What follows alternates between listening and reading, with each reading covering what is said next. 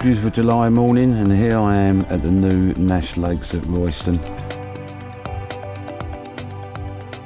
I acquired the lakes in 2014, a long time ago now. We found out about them, been on the market, we went to the auction and were successful.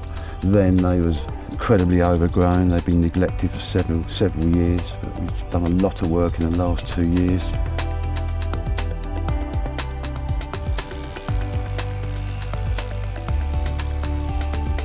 Kind of some swims, but they was old, and we spent a lot of time digging out the swims, creating new swims, building sound steps to make it as safe as possible.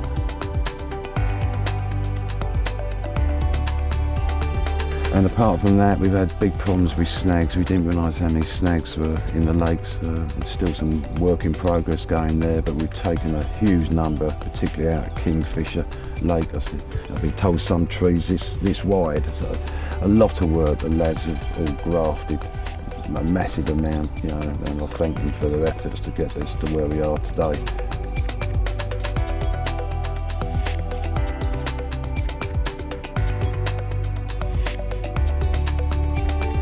As a kid, I used to love helping out at club work, parties and nettings, and I guess, like most anglers, I always had a dream about owning my own lakes. Eventually made that dream with Copton Church, and it was a massive learning curve and a journey for me to learn about how to create a fishery and how to nurture the fish on to the huge size they are in the Copton and the Church. So the next step for me was to acquire a lake that could be open access to everyone.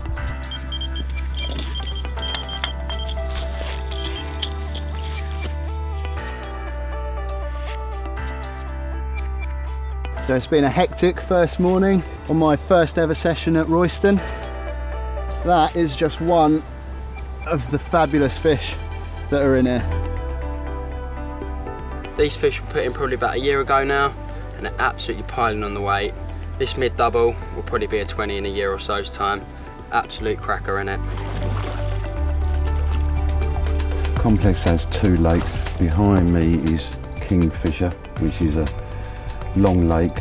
Best way to describe it, it's the shape of a frying pan. So at the far end it's got a large bowl, and then it tapers down into almost like a canal length. Probably about 10-12 foot deep, very deep off the margins, and then it's got basically a flat bottom, so which I think is positive because there's nowhere for the fish to keep holding up. So it's not be one of those lakes where there'll be one swim where if you're not in it, the chances massively drop. It's a great margin water, as I said, very deep off the margins.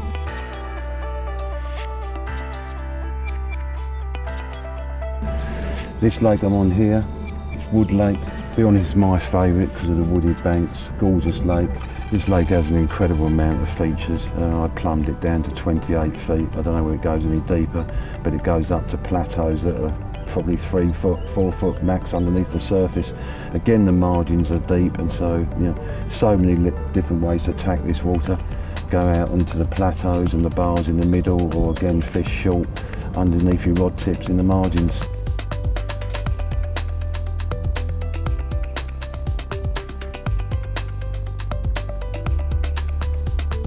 Stock-wise, the history of the lakes is that they was leased to a club by Cemex. We've seen and caught originals to about £25, really nice old dark scaly fish.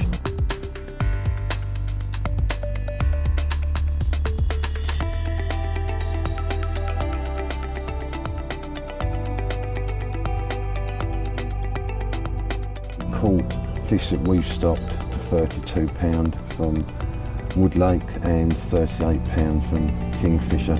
I stocked about 200 fish in each, so plus the original stocks.